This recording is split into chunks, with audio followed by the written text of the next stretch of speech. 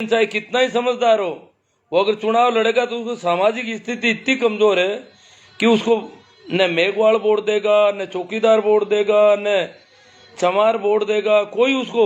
और पिछड़ी जातियां तो दे ही क्या, उसको वोट करना ही नहीं चाहते। अभी भी हरिजनों में से एमएलए एमपी बहुत कम बन रहे, नहीं के बराबर समझ लो। क्यों? क्योंकि अनुसूचित जातियां भी उनको वोट नहीं देगी। ये सामाजिक स्थिति का फर्क है। आज ओबीसी को आरक्षण नहीं है। राजस्थान की विधानसभा में 100 से ज्यादा एमएलए ओबीसी के होने चाहिए, पर नहीं है, क्योंकि आरक्षण नहीं है। आरक्षण के बिना इनको कौन जीतने दे? तो पर्याप्त प्रतिनिधित्व ओबीसी का हो ही नहीं सकता कभी। सरपंचों में अगर देखा जाए, जैसे बहुत सारे गांव मिल जाएंगे जिनमें आज से 30-40 वर्ष पहले, 20 वर्ष पहले तक ओबीसी के लोग कभी सरपंच बन ही नहीं पाते थे। जनसंख्या आधी से ज्यादा होती थी गांव में, और एक परिवार सेठ का होता, वो सरपंच बन जाता। एक ब्राह्मण सरपंच बन जाता कई गांवों में, एक ठाकुर सरपंच बन जाता।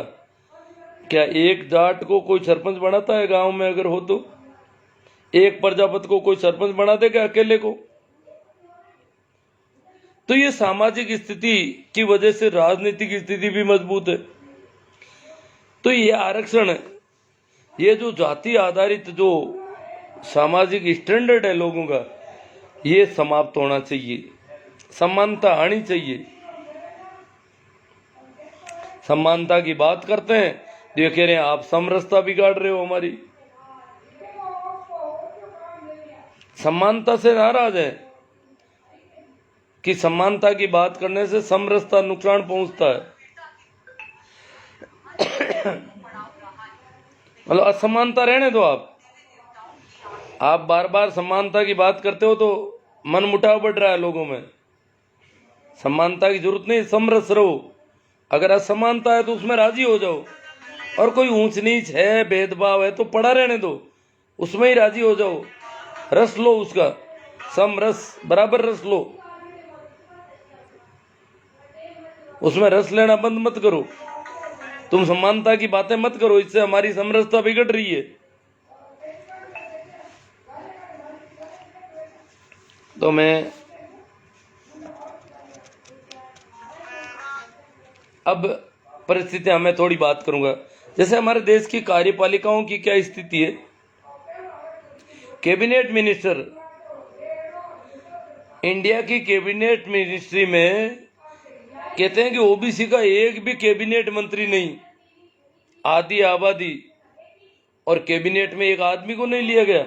आधे मिनिस्टर होने चाहिए कैबिनेट में ओबीसी के, कम से कम आधे। ज्यादा हो तो और ही अच्छी बात है, होने तो आधी से ज्यादा आबादी है ओबीसी की, परंतु कैबिनेट मिनिस्टर ओबीसी वालों को नहीं बनाया जाता। पूरे मंत्रालय में भी बहुत कम ओबीसी के लिए स्थान छोड़े हैं। ज्यादातर मुख्यमंत्री, ओबीसी के मुख्यमंत्री कभी कभार कहीं बनते हैं। ये एससी एसटी का हालत और भी कमजोर है, क्योंकि एससी एसटी को अगर प्रधानमंत्री बना लोगे, मुख्यमंत्री बना लोगे, फिर तो उस पार्टी को कोई वोट ही नहीं करेगा। ये और है, अगर किसी पार्टी ने एससी एसटी के आदमी को, एससी एसटी के एमएलए एमपी जीतते हैं, वो तो पार्टियों की हाँ में हाँ मिलाने के लिए है। वो एससी एसटी का भला नहीं सोच सकते, क्योंकि पार्टियां कहती है हमने तुम्हें टिकट दिया तब तुम जीते हो, तुम्हारी वजह से नहीं, हमारी वजह से जीते हो, इसलिए मैच तब तबाओ बैठे बैठे। हाँ में हाँ मिलाओ, किसी प्रकार के अधिकार की बात मत करना। अन्यथा ओबीसी एससी एसटी का तो पर्याप्त प्रतिनिधित्व है, लोकसभा में है, विधानसभाओं में है। हाँ, राज्यसभा में नहीं है। राज्यसभा में प्रतिनिधित्व की व्यवस्था ही नहीं की गई अभी। तो कुछ लोग कहते हैं कि एससी के मुख्यमंत्री, जहां कहीं भी एससी के मुख्यमंत्री बने, और जो पार्टी एससी के, हालांकि मायावती जी काफी अच्छा प्रदर्शन कर पाई उत्तर प्रदेश में, बाकी बहुत कम प्रदर्शन अच्छा हो पाता है, और फिर उसको कमजोर कर ही दिया जाता है कैसे भी समझो, क्योंकि अन्य वर्ग उनको साथ नहीं देंगे।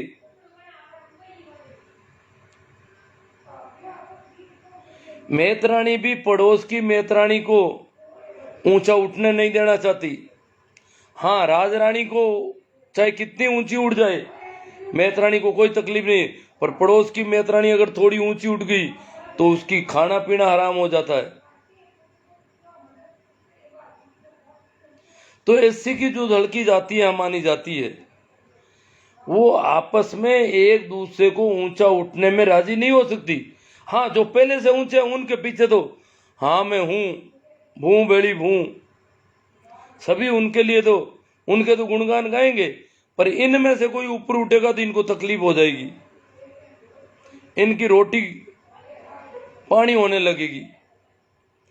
तो इसलिए पार्टियों के मुखिया, राज्यपाल भले ही बना दो, प्रधानमंत्री और मुख्यमंत्री तो हर एक पार्टी बसती है कि भाई इनको नहीं बनाना है, परंतु हम कहते हैं भाई कैबिनेट में तो लो ना। ओबीसी वालों को भी अगर बनाएंगे तो ज्यादा वोट नहीं मिलेंगे, ओबीसी की जातियां भी उसको नहीं देगी ज्यादा, और एससी एसटी वाले भी ओबीसी के बजाय थोड़े ऊंचे वालों को देना पसंद करेंगे। तो ये दिक्कतें हैं इसमें। तो मैं बात कर रहा था कार्यपालिका की कंडीशन। कार्यपालिका में आप सेक्रेटरीट भी ले सकते हैं, अफसरशाही भी ले सकते हैं, सब में प्रतिनिधित्व की कमजोरी है। ईडब्ल्यूएस का प्रतिनिधित्व पहले से भी ज्यादा है, और फिर 10% और उनके ऊपर ठोक दिया ठप्पा।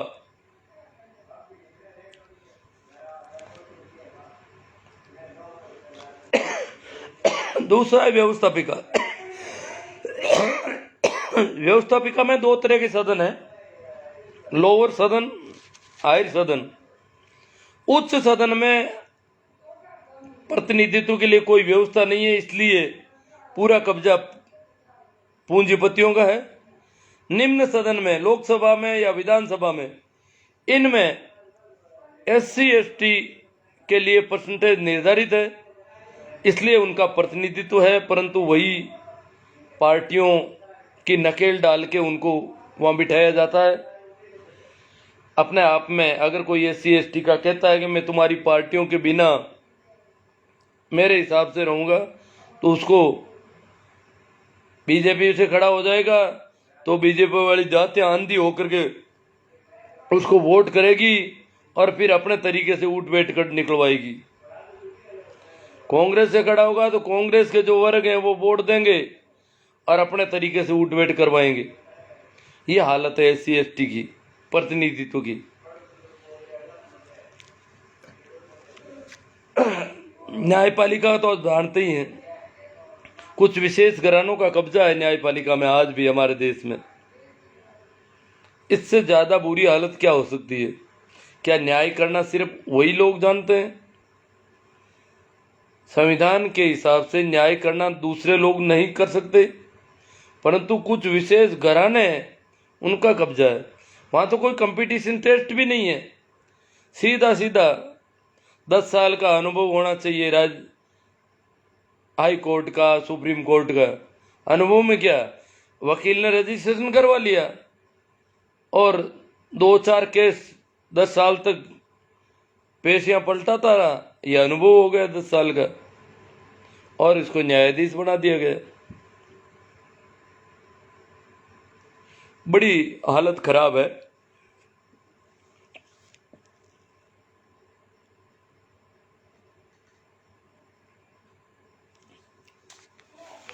जाति के आधार पर अयोग्य लोगों को अगर बिठाया जाता है तो ठीक नहीं है।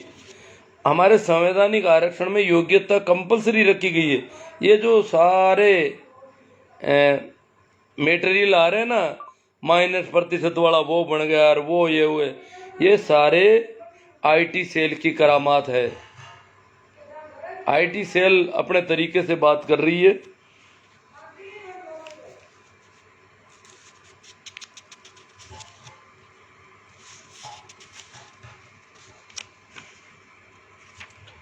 अब क्या है कि सवाल तो बहुत सारे हैं, मैं इनको कैसे लूं? आज इतना ही पर्याप्त है मेरे हिसाब से। बाकी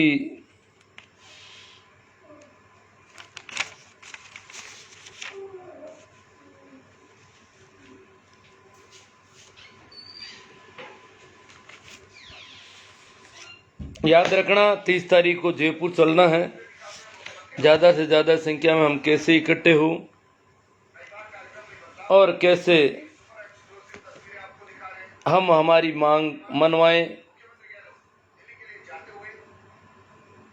और जो 10,000 पदों का जो नुकसान हुआ है उसकी अलग से भर्तियां निकलवाई जाए। ये सारे काम करवाने बहुत सारे।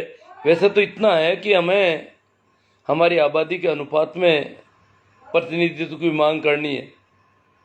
हमारी आबादी अगर आधी है तो आधे कलेक्टर हमारे होने ही चाहिए, आधे एसपी होने ही चाहिए, आधे टीचर हमारे होने ही चाहिए। ओबीसी की कहते हैं आधे से ज़्यादा आबादी है, आधे से ज़्यादा आबादी है तो जहाँ जहाँ भी हम आधे नहीं हैं वहाँ आधे होने चाहिए। अब इसका पता कैसे चले? ओबीसी की जनगणना प्रकाशित करवाई जाए जो 11 में कर ली गई है, और फिर रेगुलर अलग अलग जनगणना करवाई जाए।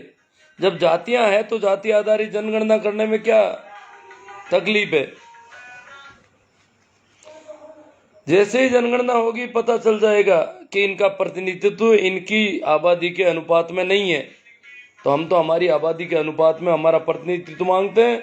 हमें किसी प्रकार का सहयोग नहीं चाहिए, किसी प्रकार का आरक्षण नहीं चाहिए। हमारा प्रतिनिधित्व हमें मिल जाए, हमारे लोग उतने हो जाए वहाँ पर जितने हमारी आबादी है।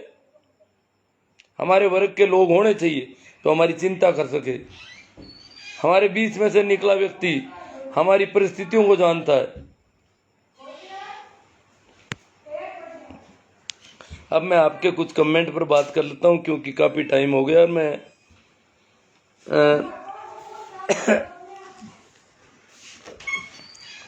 हाँ, तो CR जाट लोहाउट से, जगदीश जी मूलवा, लक्ष्मण जी, ओम प्रकाश जी मेघवाल, शोभा राम जी कुड़कुड़िया, मैं राम जी फूल बगर, खेरा जी खाती नागौर से, भागीरथ राम जी गिंटाला। भागीरथ राम जी जुड़ तो जाते हैं। हाँ ठीक है, सभी को राम राम प्रणाम नमस्कार। छोटा राम जी, अरविंद जी जाकड़, गेवर राम जी बेहरट, सुनील जी फोगाट, शहीद भूल ही गया भगत सिंह जी को। आज शहीद भगत सिंह की जयंती है और भगत सिंह जी पर कुछ बातें करना तो चाहता था पर अब नहीं कर पाऊंगा मैं।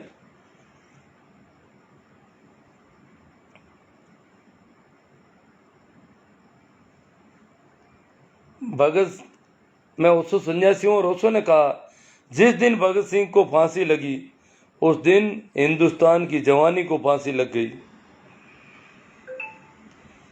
तो हिंदुस्तान की जवानी कमजोर हो गई। उस दिन के बाद में जवानी नहीं रही। भागीरथ राम जी गिटाला, जाट गौतम, तेजा राम जी हुड्डा, सरवण राम जी काला, बलवीर जी खोजा, जगदीश जी कसावा, माँ साहब राजा राम जी मील ने कुछ दिनों पहले जयपुर में माड़ी सैनी समाज ने धरना प्रदर्शन किया था, जिसका लोकतांत्रिक तरीके से सभी भारतीय नागरिकों को समान अधिकार है। मगर हमारे राजस्थान महासभा जाट महासभा के राजाराम जी मील साहब ने खुलकर विरोध किया मालियों का। आप एक तरफ मालियों का विरोध करते हो, दूसरी ओर ओबीसी का साथ ले रहे हो। कुछ समझ में नहीं आया, इस पर प्रकाश डालें और हो सके तो हमारे इस कथन को राजाराम जी मील साहब तक पहुंचाएं। ऐसा है कि मुझे क्लियर पता नहीं है कि वो क्या कारण था और किस बात का विरोध किया गया, क्योंकि राजस्थान आरक्षण अधिकार मंच के संयोजक है राजाराम जी, और आरक्षित वर्ग जितने भी हैं, जो भी जाते हैं, उनकी जो भी विसंगतियां होती है उसको वो लोग राजाराम जी के पास जाते हैं, सभी आरक्षित वर्गों के लोग, और उनकी बात सरकार तक पहुंचाते हैं। तो ये माली सैनी समाज का धरना प्रदर्शन किस बात को लेकर था और राजाराम जी ने उसका विरोध क्यों किया? आरक्षण अधिकार मंच के वो संयोजक है।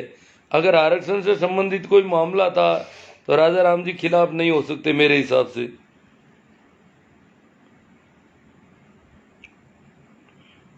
ये बात पूरी तरह से मुझे जब तक पता नहीं हो तब तक मैं नहीं कह सकता इसके बारे में कुछ भी। सुनील जी फोगाट प्रतिनिधित्व, महेंद्र जी सारण, भोमाराम जी बेहरट, सुनील जी फोगाट ओबीसी का आदमी कायर है। उसका रीजन ये है कि वह अपने परिवार को नहीं कन्विंस कर पाता तो दूसरों को क्या कर पाएगा।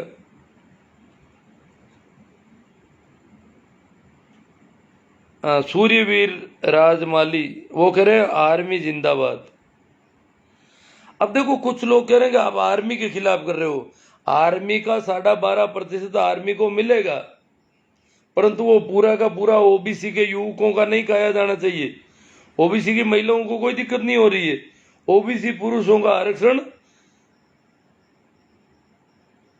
आर्मी और उत्कर्ष सैनिकों में काउंट किया जा रहा है। आरक्षण में आरक्षण, ये बहुत बड़ी गड़बड़ है। सुनील फोगाट गुरुजी आप किस विषय पर है, सीधा सीधा बोलो ना। अब पता नहीं मैंने क्या तिरछा बोल दिया। एमएल लोहिया ईडब्ल्यूएस वर्ग जो सदियों से आरक्षण का स्वाद ले रहे हैं, राजीव चौधरी, राजीव जी चौधरी, दौलाराम जी देवासी कोड का, सुनील जी फोगाट।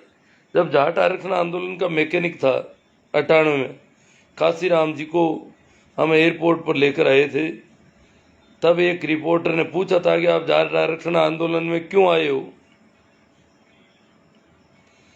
देखो सुनील जी फोगाट बहुत अच्छी बात कहना चाहते हैं। 98 में जब जाट आरक्षण आंदोलन चला था, जाट वो कौम है जो ओबीसी के अन्य जातियों के समकक्ष है, वैसे ही उनमें नाता पड़ता है, वैसे ही मृत्यु बोझ है, वैसे ही पिछड़ापन है, बराबर स्टैंडर्ड की जाती है। और उसको पिछड़ा वर्ग आयोग ने पता नहीं कैसे रिपोर्ट दी कि जाट जो है मंडल आयोग की सिफारिशों में जाटों को आरक्षण नहीं मिला। तो बाद में जाटों ने अपनी मांग रखी। कहने में तो ये कहते हैं कि हमारे जो राजनेता थे उनके पास जब गए, उनसे जब पूछा गया तो वो कहने लगे हम तो आरक्षण के खिलाफ हैं साहब, क्योंकि जाटों को बहुत भर दिया गया पहले ही कि आरक्षण खराब है, अनुसूचित जाति वाले गलत फायदा उठा रहे हैं। इसलिए जाट तो वैसे हो गए कि हम तो इस चीज के खिलाफ हैं। कहा जाता है कि भाई नाथुराम जी मिर्जा और नटवर सिंह जी वगैरह इन्होंने स्पष्ट इनकार कर दिया हम तो आरक्षण के खिलाफ हैं। और यही वजह रही कि जाट जो है आरक्षण से बाहर आ गई।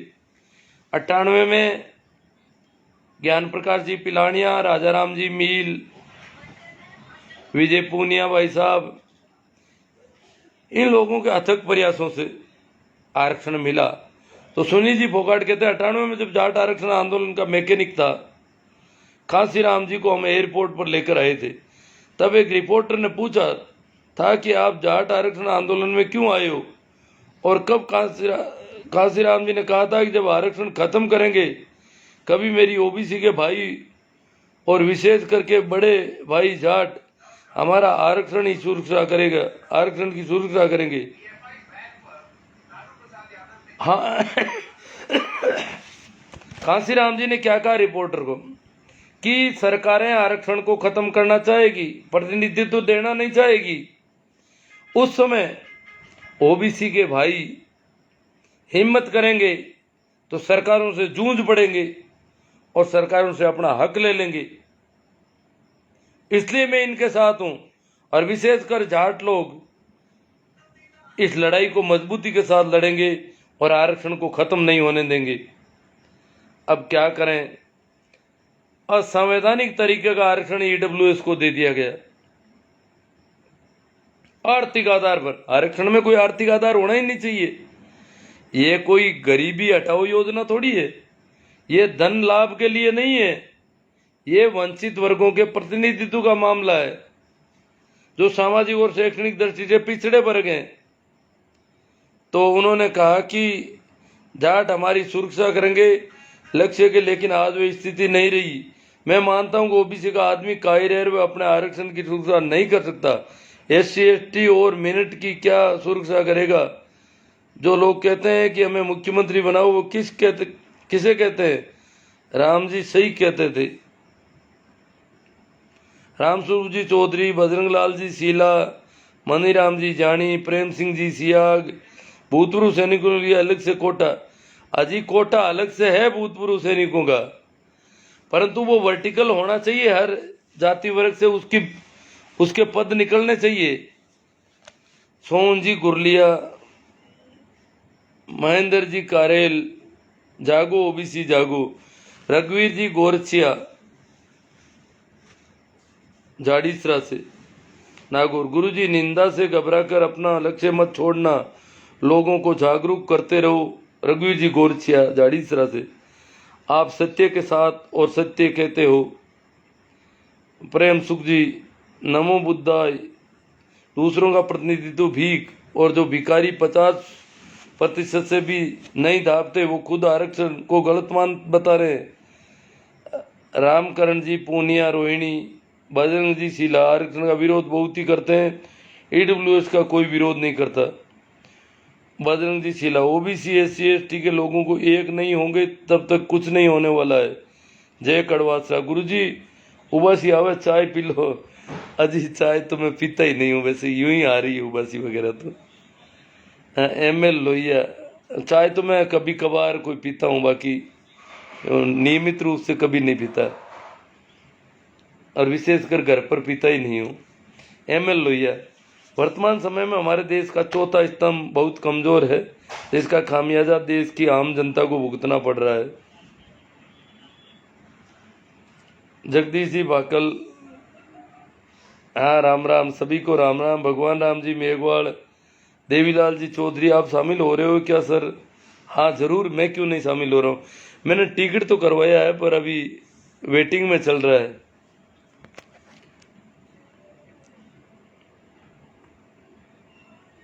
ठीक है, थैंक यू। इसको ज़्यादा से ज़्यादा बड़े ग्रुपों में शेयर करने का प्रयास करें, और इसके साथ साथ मेरे YouTube चैनल का भी ध्यान रखें, उसमें ये सारे वीडियो मैं डालने का प्रयास करता रहता हूँ। धन्यवाद, आभार।